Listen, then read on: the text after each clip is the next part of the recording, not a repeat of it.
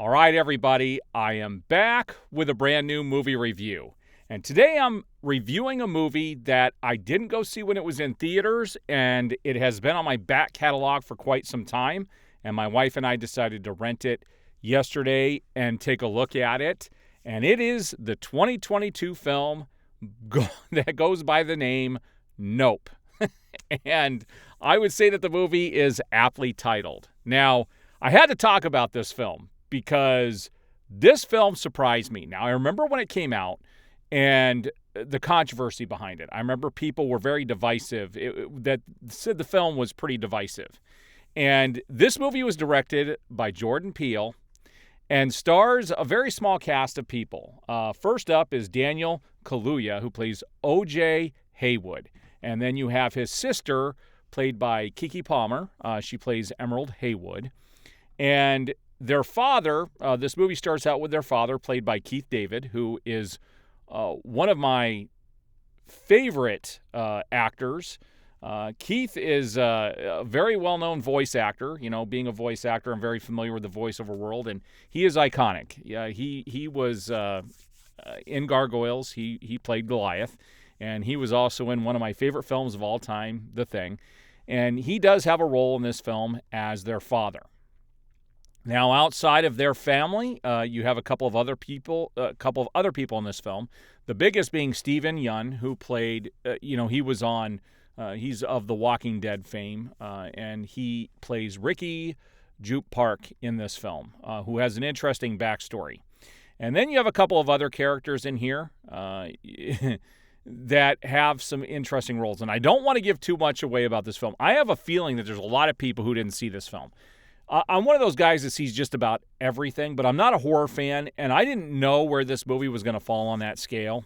And what I'm going to tell you about this film is that it starts out with O.J. and his sister's father being killed. They own a ranch, basically, of horses, and he ends up getting killed because of this weird event that happens. And then throughout the film, more weird things start to happen, and they want to figure out what is going on. And the whole trailer is leading you down this path that there are aliens involved, something otherworldly involved. And the ending, people said the ending isn't what you think it's going to be. And I got to say, I'm happy with how it ended. This movie surprised me in a lot of ways. You know, for a lot of people saying that Hollywood is dead and they're not coming out with original movies with original stories, I'm going to point them directly to this film because this film surprised the crap out of me. The acting was well done. The humor was well done. My only real complaint with the movie was it was a little long. They could have shortened it up just a little bit. It is 2 hours and 10 minutes, and they could have probably put it around the 1 hour, 45-minute mark, possibly. In fact, the whole story with Steven Yeun, I don't really think needed to be in the film. I think they put it in there to make it a little more mysterious than it needed to be. But this movie is basically about a black man on a horse.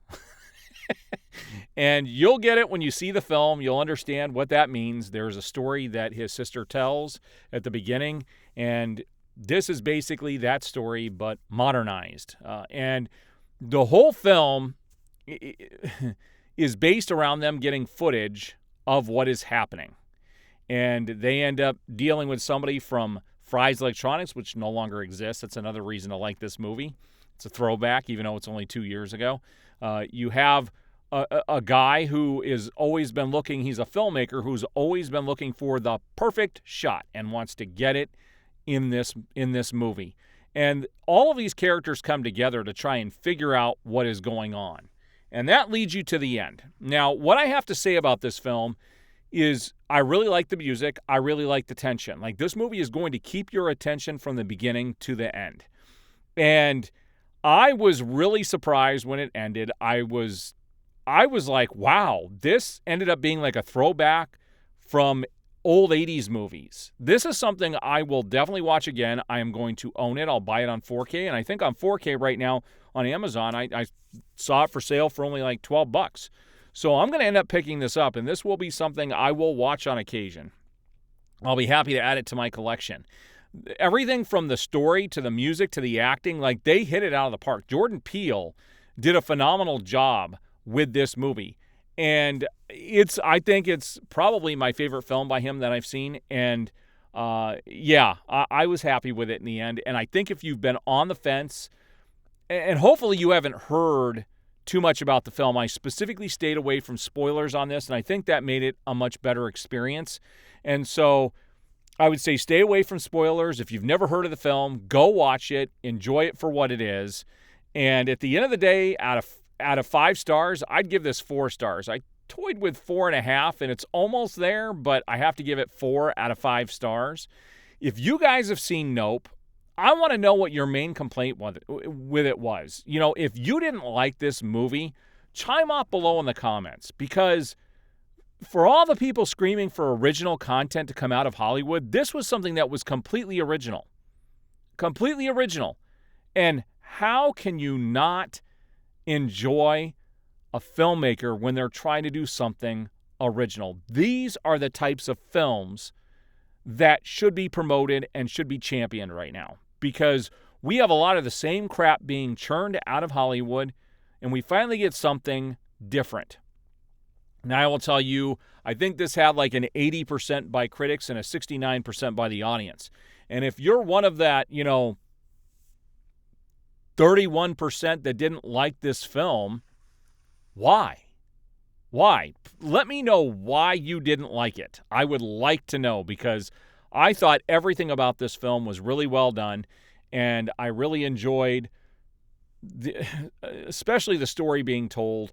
Again, with Steven Yeun's character, I'm not sure why he absolutely needed to be in the film. I think they could have made it a little more personal and just focused on OJ and his sister and their family. But it was a catalyst for part of the story, but it didn't really... I thought it was kind of... And that leads me to... Well, before I say too much, that leads me to one of the complaints on why I didn't give it 4.5. There are a couple of things that happen in the film that leave you going, okay, if this really happened, there'd be a lot more press behind this than what there is. And there's just simply not. Like there has to do, I don't want to give away too much if you haven't seen it, but there has something to do with the clouds. That's all I'm going to say. There's something that has to do with the clouds. And they don't really explain how that's even possible, what happens in the film. There were some things that just didn't make sense, that were too convenient for the story. But outside of that, I really enjoyed the journey. I really enjoyed the characters especially, and the way the story played out. This was very reminiscent, like I said, of an 80s film. So, if you haven't seen it, go see it. I thoroughly enjoyed it. I wanted to talk about it.